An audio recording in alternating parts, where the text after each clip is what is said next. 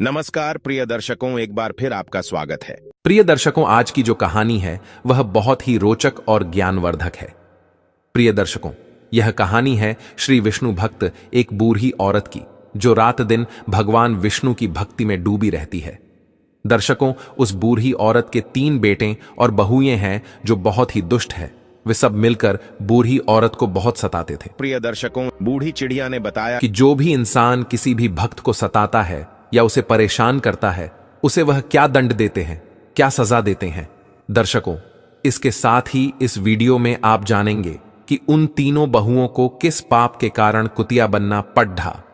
तो प्रिय दर्शकों, यह वीडियो बहुत ही रोचक, ज्ञानवर्धक एवं शिक्षाप्रद, इसलिए वीडियो को पूरा जरूर देखना। प्रिय दर्शकों, हम कहानी शुरू करें और आप इस वीडियो में खो जाए। इससे पहले अगर आप हमारे चैनल पर पहली बार आए हैं तो चैनल को सब्सक्राइब करें, बेल आइकॉन को ऑन एन करें, अच्छे कमेंट किया करें ताकि हर आने वाले वीडियो का नोटिफिकेशन सबसे पहले आपको मिल सके, आप उसका फायदा उठा सके। चलिए शुरू करते हैं आज की यह प्यारी सी कहानी, यह प्यारा सा वीडियो। दर्शकों, एक छोटे से गांव मदनपुर में एक बुढ़िया रहती थी। उसकी 3 बहुएं और 3 बेटे थे। बुढ़िया मां बहुत धार्मिक थी और हर दिन पूजा पाठ में समय बिताती थी। वह सुबह सुबह उठकर गंगा स्नान करने जाती और भगवान विष्णु और माता लक्ष्मी की पूजा करती थी। कार्तिक महीने में वह विशेष रूप से स्नान और पूजा करती थी। इस दौरान वह माखन मिश्री, दही मिश्री और तुलसी के पत्तों का भोग भगवान को चढ़ाती थी और प्रसाद अड़ोसी पड़ोसी में बांटती थी। गांव के लोग उसकी पूजा पाठ की बहुत इज्जत करते थे। बुढ़िया मां का यह नियम था कि वह कार्तिक महीने के हर दिन गंगा स्नान करें और पूजा करें। कार्तिक पूर्णिमा के दिन वह विशेष रूप से गंगा स्नान के लिए जाती और भोग बनाकर भगवान को चढ़ाती। लेकिन उसकी 3 बहुओं को यह सब बिल्कुल पसंद नहीं था। वे अक्सर उसकी आस्था का मजाक उड़ाती और प्रसाद खाने से मना कर देते। वे कहती, इसमें तुलसी के पत्ते हैं, हम यह नहीं खा सकते, यह सब दिखावा है। प्रिय दर्शकों, यह सुनकर बुढ़िया मां बहुत दुखी होती, लेकिन वह चुपचाप अपनी पूजा करती रहती। बुढ़िया मां का पति कुछ समय पहले ही गुजर चुका था, इसलिए वह अब अकेली थी। उसके बेटे भी अपनी पत्नियों के कहने में आकर उससे दूर हो गए थे। अब वह सिर्फ अपने पूजा पाठ में ही मन लगाती और पड़ोसियों में प्रसाद बांटती। लेकिन उसकी 3 बहनों को यह सब बहुत बुरा लगता था। वे सोचते, यह सास जब देखो तब पूजा पाठ में लगी रहती है, अनाप शनाप खर्च करती है, पंडितों को बुलाती है, दान पुण्य करती है। अगर यह मर जाए तो अच्छा हो, कम से कम यह खर्चा बचेगा। बुढ़िया मां ने अपने 3 बेटों को बड़े प्यार से पाला था। उसने और उसके पति ने मिलकर उनकी परवरिश की थी। लेकिन अब जब उसे अपने बेटों की सबसे ज्यादा जरूरत थी, तब वे उससे मुंह मोड़ चुके थे। बुढ़िया मां दिन रात भगवान से प्रार्थना करती और अपने बच्चों के लिए आंसू बहाती। वह सोचती, हे भगवान, मैंने तो कभी किसी का बुरा नहीं चाहा, फिर मेरे साथ ऐसा क्यों हो रहा है। एक दिन बुढ़िया मां अपने भगवान विष्णु और माता लक्ष्मी के सामने बैठी प्रार्थना कर रही थी। उसकी आंखों में आंसू थे और वह भगवान से कह रही थी, हे भगवान, मुझे इस दुख से मुक्ति दिलाओ, मेरे बच्चों का भला करो और उन्हें सही रास्ता दिखाओ। इस तरह बुढ़िया मां ने अपने पूजा पाठ और दान पुण्य के नियमों को नहीं छोड़ा। लेकिन उसकी 3 बहनों ने ठान लिया था कि वे अब इस घर में नहीं रहेंगी और बंटवारा करके अलग हो जाएंगी। मैं सोचती, अगर हम अलग हो जाएं तो अपनी मर्जी से रह सकेंगे और सास की पूजा पाठ के खर्चे से बच सकेंगे। 3 बहुओं ने एक दिन आपस में बात की और बंटवारे की योजना, प्रिय दर्शकों, बनाई। उन्होंने अपने पतियों से कहना शुरू किया कि अब हमें अलग हो जाना चाहिए। छोटी बहू ने अपने पति से कहा, देखिए, बड़े भैया के बच्चे बड़े हो रहे हैं और हमारे बच्चे छोटे हैं। हमें अभी बहुत मेहनत करनी है, बच्चों को पढ़ाना है। अगर हम अलग हो जाएंगे तो अपने बच्चों की अच्छी तरह से देखभाल कर पाएंगे। सास का खर्चा बहुत ज्यादा है, हर समय पूजा पाठ में लगी रहती है और बहुत पैसा खर्च करती है। मंझली बहू ने भी अपने पति को समझाया, देखिए, आप बंटवारा हो जाना चाहिए, हम अपनी मर्जी से रहेंगे, क्या खर्चा करना है क्या नहीं करना है यह हम खुद तय करेंगे। सास के नखरे और खर्चे अब बर्दाश्त नहीं होते, हमें अलग रहकर अपने बच्चों का ध्यान रखना है। बड़ी बहू ने भी अपने पति से यही बात कही। बच्चे बड़े हो रहे हैं, कल उनकी शादी ब्याह करनी है, पैसे कमाते रहेंगे और सास का खर्चा करते रहेंगे तो कैसे चलेगा। हमारे बच्चों का भविष्य सुरक्षित करना है तो हमें अलग होना ही पड़ेगा। तीनों बहुओं ने अपने अपने पतियों को समझा बुझाकर उनके मन में बंटवारे की बात डाल दी। तीनों भाई अब बंटवारे के लिए तैयार हो गए। गांव के पंचों को बुलाया गया और घर का बंटवारा करने की बात हुई। तीनों बहनें भी बंटवारे में हिस्सा लेने के लिए तैयार हो गए। गांव के पंचों ने घर का 4 हिस्सों में बंटवारा किया। 3 बेटों के लिए और एक बुढ़िया मां के लिए घर का सारा सामान भी 4 हिस्सों में बांट दिया गया। बुढ़िया मां को कम हिस्सा दिया गया क्योंकि वह अकेली थी और ज्यादा की जरूरत नहीं थी। पंचों ने कहा कि जो भी बुढ़िया मां को अपने हिस्से में रखेगा वह उसका भी ख्याल रखेगा। छोटी बहू ने साफ मना कर दिया, मैं बुढ़िया मां को अपने हिस्से में नहीं रख सकती, उसका खर्चा बहुत ज्यादा है, पूजा पाठ में बहुत पैसा खर्च होता है, हमें अपने बच्चों का ध्यान रखना है। मझली बहू ने भी मना कर दिया, मैं भी बुढ़िया मां को अपने हिस्से में नहीं रख सकती, वह हमें कभी पसंद नहीं करती थी और हमें भी उसकी जरूरत नहीं है। बड़ी बहू ने भी वही जवाब दिया, मैं भी बुढ़िया मां को अपने हिस्से में नहीं रख सकती, हमारे बच्चों का भविष्य सुरक्षित करना है और उसके लिए हमें बंटवारा करना ही पड़ेगा। प्रिय दर्शकों, बुढ़िया मां अब अकेली रह गई। पंचों ने अपना फैसला सुनाया और चले गए। तीनों बहनों ने अपना अपना सामान अपने अपने हिस्से में रख लिया। बुढ़िया मां के हिस्से में जो झोपड़ी थी वह उसमें रहने लगी। अब वह अकेली थी और अपने बेटों से निराश होकर अपने भगवान से प्रार्थना करती रहती थी। अब बुढ़िया मां अपने हिस्से की छोटी सी झोपड़ी में रहने लगी। वह रोज सुबह जल्दी उठकर गंगा स्नान करती और भगवान विष्णु और माता लक्ष्मी की पूजा करती। वह पहले की तरह ही भोग बनाकर भगवान को चढ़ा दी और फिर अड़ोसी पड़ोसी में प्रसाद बांट दी। लेकिन अब वह बहुत अकेली हो गई थी। उसके तीनों बेटों ने उससे मुंह मोड़ लिया था और उसकी बहुओं ने उसे घर से बाहर कर दिया था। वह रोज भगवान से प्रार्थना करती, हे भगवान, मुझे इस दुख से छुटकारा दिलाओ, मेरे बच्चों का भला करो और उन्हें सही रास्ता दिखाओ। बुढ़िया मां के पास जो थोड़ा बहुत आटा, दाल और चावल था वह उसी से काम चलाती थी। सोचती, अब मुझे अपनी जिंदगी इसी तरह गुजारनी पड़ेगी।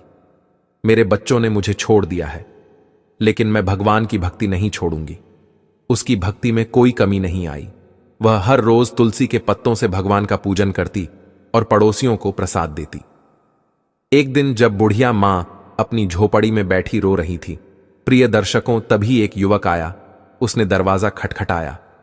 बुढ़िया मां ने दरवाजा खोला और देखा कि एक 17-18 साल का हृष्ट-पुष्ट युवक खड़ा था। उसके चेहरे पर तेज झलक रहा था। उसने कहा, अम्मा, आप मुझे पहचानती नहीं, लेकिन मैं आपके मायके से आया हूं। मेरा नाम कृष्णा है। मेरे पिताजी ने मुझे आपकी मदद करने के लिए भेजा है। बुढ़िया मां ने आश्चर्य से पूछा, कृष्णा, तुम मेरे मायके से हो? मैंने तो तुम्हें कभी देखा नहीं। कृष्णा ने मुस्कुराते हुए कहा, हां अम्मा, मैं आपके भाई का पोता हूं। हमें खबर मिली कि आपके बेटों ने आपको घर से निकाल दिया है, इसलिए मेरे पिताजी ने मुझे आपकी मदद करने के लिए भेजा है। बुढ़िया मां की आंखों में आंसू आ गए। उसने कृष्णा को अंदर बुलाया और उसे बैठने के लिए कहा। उसने पानी का गिलास और थोड़ा सा गुड़ दिया। कृष्णा ने पानी पिया और गुड़ खाया। फिर उसने अपनी थैली से कुछ खाने का सामान, कपड़े और दवाइयां निकाली। उसने कहा, अम्मा, यह सब सामान मैंने आपके लिए लाया हूं। आप भूखी मत रहना, हम रोज आपको खाना भिजवा देंगे। बुढ़िया मां ने कृष्णा को आशीर्वाद दिया और कहा, बेटा, तुम्हारा बहुत बहुत धन्यवाद। तुमने मेरे लिए जो किया है उसके लिए मैं भगवान से तुम्हारे सुख समृद्धि की प्रार्थना करूंगी। कृष्णा ने बुढ़िया मां से विदा ली और वापस चला गया। बुढ़िया मां ने अपने भगवान का धन्यवाद किया और सोचा, भगवान ने मेरी प्रार्थना सुन ली, अब मैं भूखी नहीं रहूंगी। अब बुढ़िया मां को रोज खाना मिल जाता था। वह पहले की तरह ही भोग बनाकर भगवान को चढ़ा दी और पड़ोसियों को प्रसाद बांट दी। लेकिन उसकी तीनों बहुओं को यह सब देखकर बहुत जलन होती थी। वे सोचती, यह बढ़िया आखिर कहां से इतना खाना ला रही है? इसके पास कोई कमाने वाला भी नहीं है, फिर यह इतना तंदुरुस्त कैसे हो रही है? तीनों बहुएं बुढ़िया मां की सेहत देखकर बहुत जलती थीं। वे सोचते हैं कि बुढ़िया को हमने इसलिए अलग किया था ताकि वह जल्द ही भूखी प्यासी मर जाए। लेकिन यह तो और तंदुरुस्त होती जा रही है। एक दिन बहुओं ने फैसला किया कि वे बुढ़िया की झोपड़ी में जाकर पता लगाएंगी कि वहां क्या हो रहा है। अगले दिन जब बुढ़िया मां गंगा स्नान के लिए गई हुई थीं, तीनों बहुएं उसकी झोपड़ी में घुस गए। वहां उन्होंने देखा कि झोपड़ी में दाल, चावल, आटा, मसाले, सूखे मेवे और कई तरह का अच्छा खाना रखा हुआ है। बहुएं हैरान रह गईं। वे आपस में बातें करने लगीं। यह बुढ़िया इतनी चालाक निकली।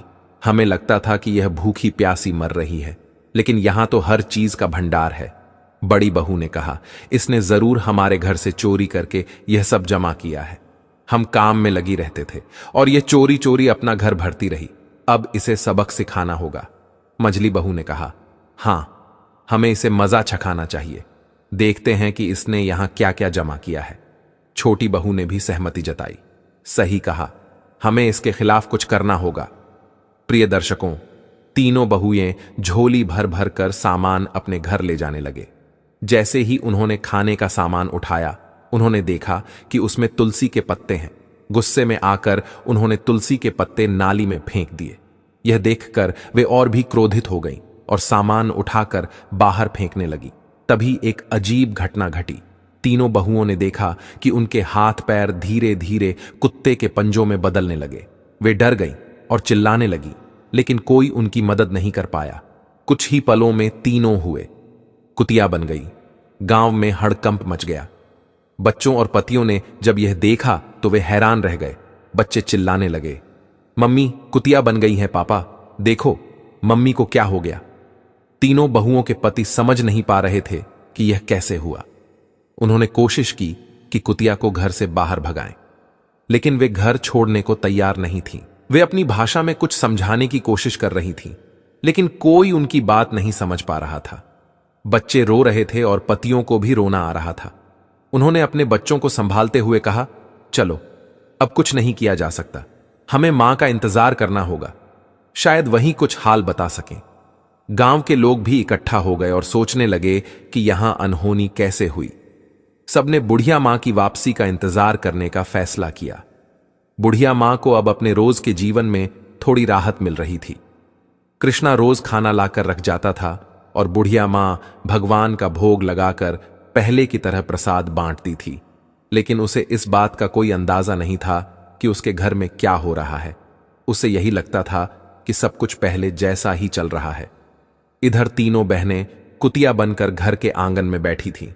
उनके पतियों और बच्चों को घर का सारा काम करना पड़ रहा था।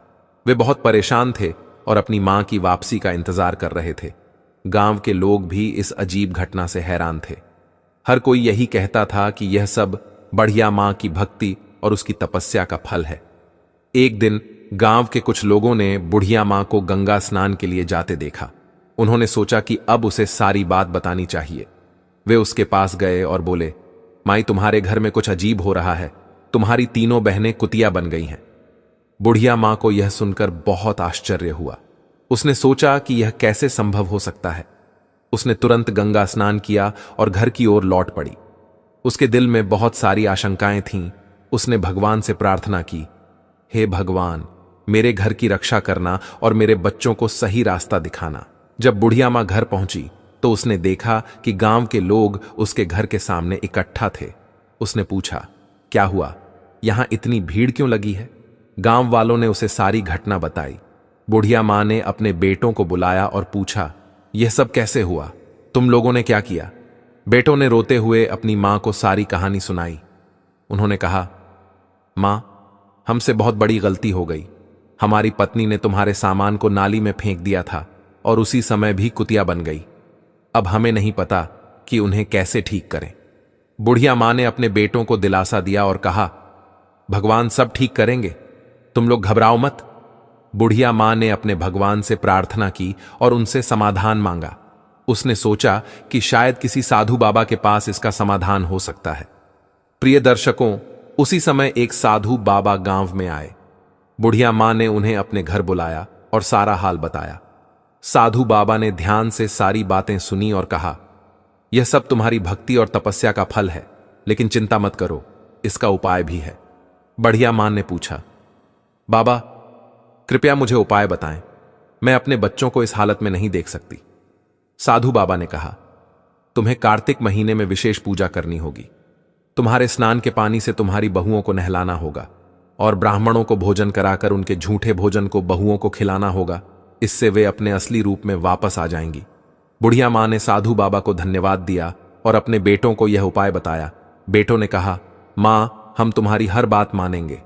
हम इस उपाय को जरूर पूरा करेंगे। बुढ़िया मां ने कार्तिक महीने की विशेष पूजा की तैयारी शुरू कर दी।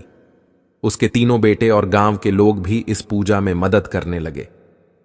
बेटों ने मिलकर पूजा का सारा सामान इकट्ठा किया और भगवान के लिए भोग बनाने की व्यवस्था की।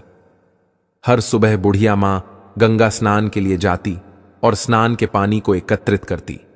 उसके बाद वह भगवान विष्णु और माता लक्ष्मी की पूजा करती और फिर अपने पड़ोसियों को प्रसाद बांट दी। इस बीच तीनों बहुएं अभी भी कुतिया के रूप में घर के आंगन में बैठी रहती। उनके पतियों और बच्चों को घर का सारा काम करना पड़ता था। बच्चों को अपनी माताओं की बहुत याद आती थी और वे अक्सर रोते हुए अपनी दादी से कहते, दादी, मां कब ठीक होंगी? हमें हमारी मां वापस चाहिए। बुढ़िया मां बच्चों को दिलासा देती और कहती, बेटा, भगवान सब ठीक करेंगे। तुम लोग धैर्य रखो और प्रार्थना करो। बच्चों को शांत करने के लिए वह उनसे कहानियां सुनाती और उनके साथ समय बिताती। बुढ़िया मां ने पूजा के लिए 5 ब्राह्मणों को बुलवाया। बेटों ने भी अपनी ओर से 5-5 ब्राह्मणों को बुलाया। इस प्रकार कुल 21 ब्राह्मणों को बुलाया गया। ब्राह्मणों के लिए विशेष भोग तैयार किया गया।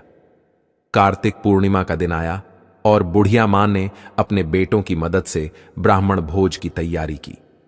सुबह सुबह सभी ब्राह्मणों को आमंत्रित किया गया और उन्हें विशेष पकवान बनाकर खिलाया गया। ब्राह्मण भोज के बाद बुढ़िया मां ने के पैर छुए और भगवान से प्रार्थना की, हे भगवान, मेरी बहुओं को उनके पूर्व रूप में वापस लाओ। मेरे कार्तिक स्नान और पूजा का फल उन्हें मिले। ब्राह्मणों ने तृप्त होकर भोजन किया और बुढ़िया मां को आशीर्वाद दिया। उन्होंने कहा, माई, तुम्हारी पूजा और तपस्या सफल होगी। भगवान तुम्हारी प्रार्थना अवश्य सुनेंगे। प्रिय दर्शकों, ब्राह्मण भोज के बाद बुढ़िया मां ने तीनों बहुओं को बुलाया। तीनों कुतिया भगवान के भोग के झूठे भोजन को बड़े प्रेम से खाने लगी। बुढ़िया मां ने उनके ऊपर गंगा जल छिड़का और उन्हें स्नान के पानी से नहलाया। जैसे ही गंगा जल और स्नान का पानी बहुओं के ऊपर छिड़का गया, एक चमत्कार हुआ। धीरे धीरे तीनों हुए अपने असली रूप में वापस आने लगी। उनके चेहरे पर पश्चाताप के आंसू थे और वे अपनी सास के पैरों में गिरकर रोने लगी। तीनों बहुएं कहने लगीं, मां, हमें माफ कर दो। हमने तुम्हारे साथ बहुत बुरा किया। हमें हमारे कर्मों की सजा मिल गई। अब हम तुम्हें कभी कोई कष्ट नहीं देंगे और हमेशा तुम्हारी सेवा करेंगे। बुढ़िया मां ने उन्हें गले लगाया और कहा, बेटा, भगवान ने तुम्हें माफ कर दिया है। अब तुम लोग सच्चे दिल से भगवान की भक्ति करो और अपने कर्मों को सुधारो। तीनों बहुओं ने अपनी सास से वादा किया कि वे अब हर साल कार्तिक स्नान और पूजा करेंगी और कभी भी बुढ़िया मां का अपमान नहीं करेंगी। इस तरह पूरे परिवार ने मिलकर भगवान की पूजा की और प्रसाद बांटा। तीनों बहुओं के अपने असली रूप में वापस आने के बाद घर में एक नई ऊर्जा और शांति का माहौल बन गया। बुढ़िया मां की भक्ति और तपस्या ने पूरे परिवार को एक नया जीवन दिया था। अब सभी मिलकर भगवान की पूजा कराते और कार्तिक स्नान की महिमा को समझते थे। बुढ़िया मां ने अपने बेटों और बहुओं को सिखाया कि भक्ति और सेवा का महत्व क्या होता है। उसने कहा, देखो बेटा, भगवान की पूजा और सेवा से हमें सच्चा सुख और शांति मिलती है। हमें हमेशा सच्चे दिल से भक्ति करनी चाहिए और दूसरों की मदद करनी चाहिए। बड़ी बहू ने कहा, मां, हम आप समझ गए हैं कि भगवान की पूजा का क्या महत्व है। हम हर साल कार्तिक स्नान करेंगे और भक्ति से जीवन जिएंगे। मंझली बहू ने भी अपनी मां से कहा, मां, हमें माफ कर दो। हमने तुम्हारे साथ बहुत गलत किया। अब हम तुम्हारी सेवा करेंगे और तुम्हारे साथ मिलकर भगवान की पूजा करेंगे। छोटी बहू ने भी अपनी मां से वादा किया, मां, अब हम सब मिलकर रहेंगे और कोई भी तुम्हें कभी तकलीफ नहीं देगा। हम हर साल कार्तिक स्नान और पूजा करेंगे। प्रिय दर्शकों, बुढ़िया मां बहुत खुश हुई और अपने बच्चों को आशीर्वाद दिया। अब घर में सब मिलजुल कर रहने लगे। अगले साल कार्तिक पूर्णिमा के दिन पूरे परिवार ने मिलकर विशेष पूजा का आयोजन किया।